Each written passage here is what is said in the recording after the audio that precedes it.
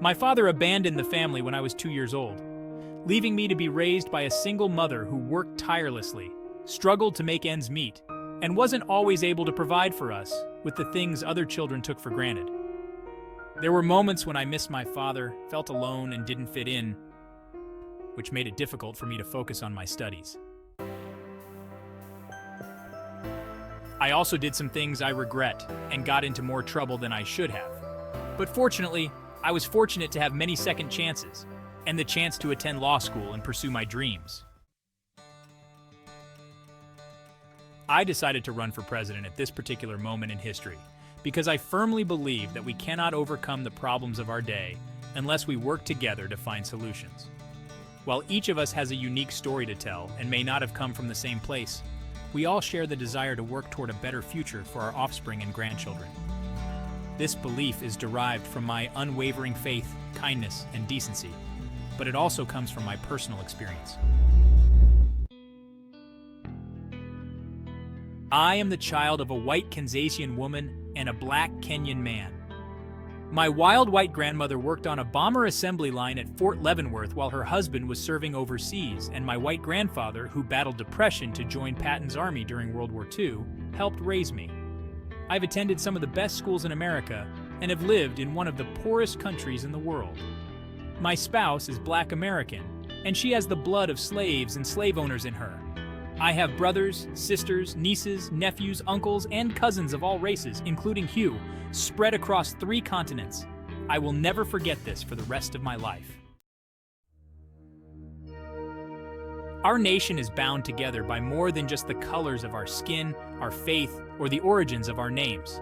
What sets us apart is our devotion to a concept expressed in a declaration made more than 2 centuries ago. We hold these truths to be self-evident, that all men are created equal, and that they are endowed by their Creator with certain unalienable rights, among them life, liberty, and the pursuit of happiness.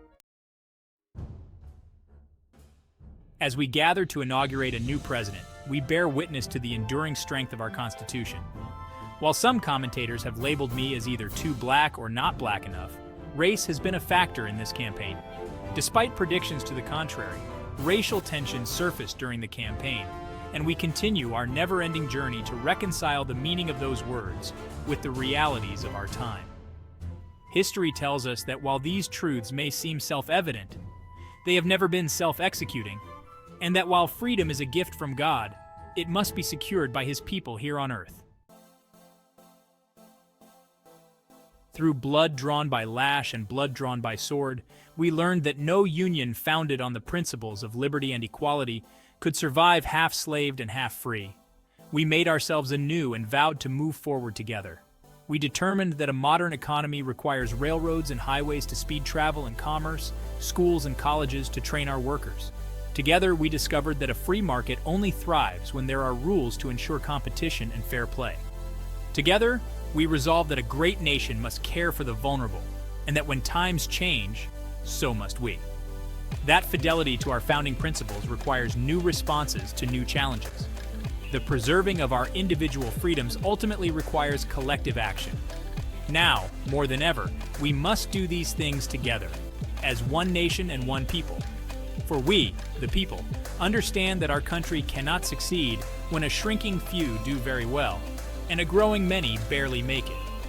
We know that it thrives when every person can find independence and pride in their work, when the fruits of honest labor liberate families from hardship. We are true to our creed when a little girl born into the bleakest poverty knows that she has the same chance to succeed as anybody else, because she is free and she is equal, not just in the eyes of God, but also in our own. We the people still believe that every citizen deserves a basic measure of security and dignity. We reject the belief that we must choose between caring for the generation that built this country and investing in the generation that will build its future. We don't think that in this country, freedom is only for the fortunate or happiness for a select few. We understand that, regardless of how responsibly we live, any one of us could experience a job loss, an unexpected illness, or have their home destroyed by a terrible storm.